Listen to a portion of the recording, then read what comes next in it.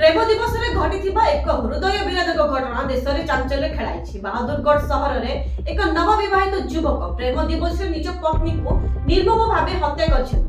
ଅଭିଯୁକ୍ତ ଯୁବକ ଅଂଶୁଳ ଧାବନ, ଯିଏକି ଜଣେ ଚାର୍ଟର୍ଡ ଆକାଉଣ୍ଟାଣ୍ଟ ଭାବେ କାର୍ଯ୍ୟ କରୁଥିଲେ, ସେ ପ୍ରଥମେ ଏହି ହତ୍ୟାକାଣ୍ଡକୁ ଡକାୟତି ଘଟଣା ବୋଲି ଦେଖାଇବାକୁ ଚେଷ୍ଟା କରିଥିଲେ, କିନ୍ତୁ ପୋଲିସର ବହୁ ପଚରାଉଚରା ପରେ ସେ ନିଜ ଅପରାଧ ସ୍ୱୀକାର କରିଛନ୍ତି।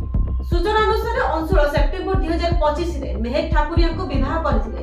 ବିବାହ ପରେ ସ୍ୱାମୀ ଅଂଶୁଳ ସବୁବେଳେ ମେହେରଙ୍କ ଚରିତ୍ରକୁ ନେଇ ସନ୍ଦେହ କରି ଆସୁଥିଲେ।